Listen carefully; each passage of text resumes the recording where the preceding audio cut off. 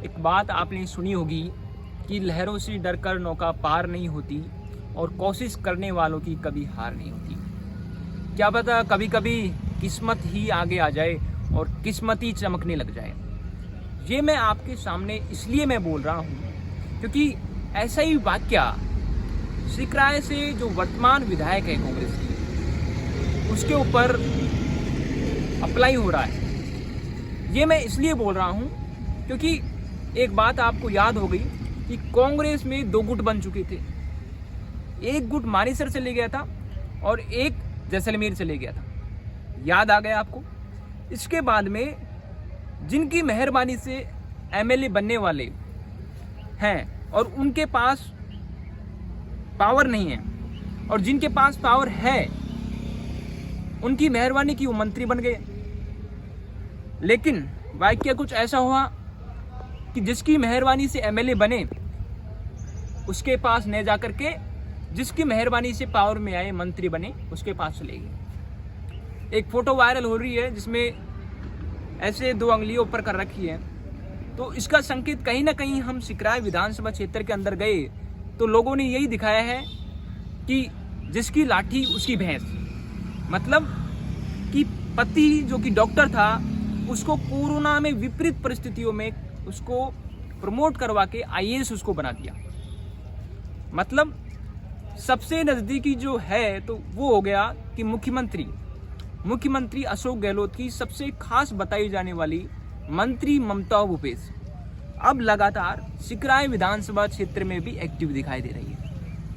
और वो इसलिए एक्टिव दिखाई दे रही है क्योंकि चुनाव के कोई ज़्यादा टाइम नहीं रहा और आचार संहिता भी लगने वाली है। खैर ना खैर उनके ऊपर से आला कमान का उनके ऊपर पूरा हाथ है कि टिकट तो उनका कंफर्म है, लेकिन जनता क्या उनको जिताएगी यह भी कंफर्म नहीं है। इसके लिए वो गांव ढाणी वो लगातार जा रही हैं। लेकिन जैसे ही हम लोगों से रूबरू हुए, हमने बातचीत करी, तो लोगों ने हमारे सामने कुछ ऐसी बात रख दी कि हम भी अचंभित हो गए। और उस बात के 2-3 लाइन थी कि यहाँ पर जो वोटिंग करी गई वो पायलट फेज से करी गई। फिर हमने गौर फरमाया और जांच शुरू करी तो लोग ढाणी में चले गए, फील्ड में चले गए, तो वहाँ पे भी यही बोल रहे थे कि हमने वोटिंग करी थी पायलट फेज पे। तो हमने पूछा कि पायलट फेज पे करी, अच्छी बात है, पायलट भी अच्छे पद पे हैं, गहलोत भी अच्छे पद पे हैं। उन्होंने सीधी बात हमको ये बताई कि हमको मुख्यमंत्री चाहिए था।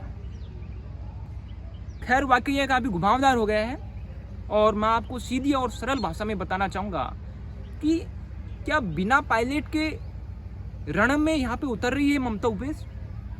और अगर उतर रही है तो क्या जीत पाएंगी? कहीं ना कहीं सीएम का हाथ पूरा इनके ऊपर है। लेकिन ये तो हम भी जान रहे हैं कि पूर्वी राजस्थान में बस एक ऐसा लीडर है कांग्रेस का जिसका दबदबा है। बाकी कांग्रेस में सीएम साहब का दबदबा दूसरी तरफ है, तो कहीं ना कहीं इसका बहुत ज़्यादा इफेक्ट पड़ेगा। लेकिन मंत्री जी को उससे क्या लेने देना है? मंत्री जी ने बढ़िया आराम से अपने पति को प्रमोट करा के आईएएस बना दिया और मुझे लगता है कि अच्छा खासा उन्होंने सिस्टम सेट कर लिया है। तो ठीक है, अगली पेशकश के लिए बने रहिए समृद्ध भारत न्यूज़ चैनल में। धन्यवाद।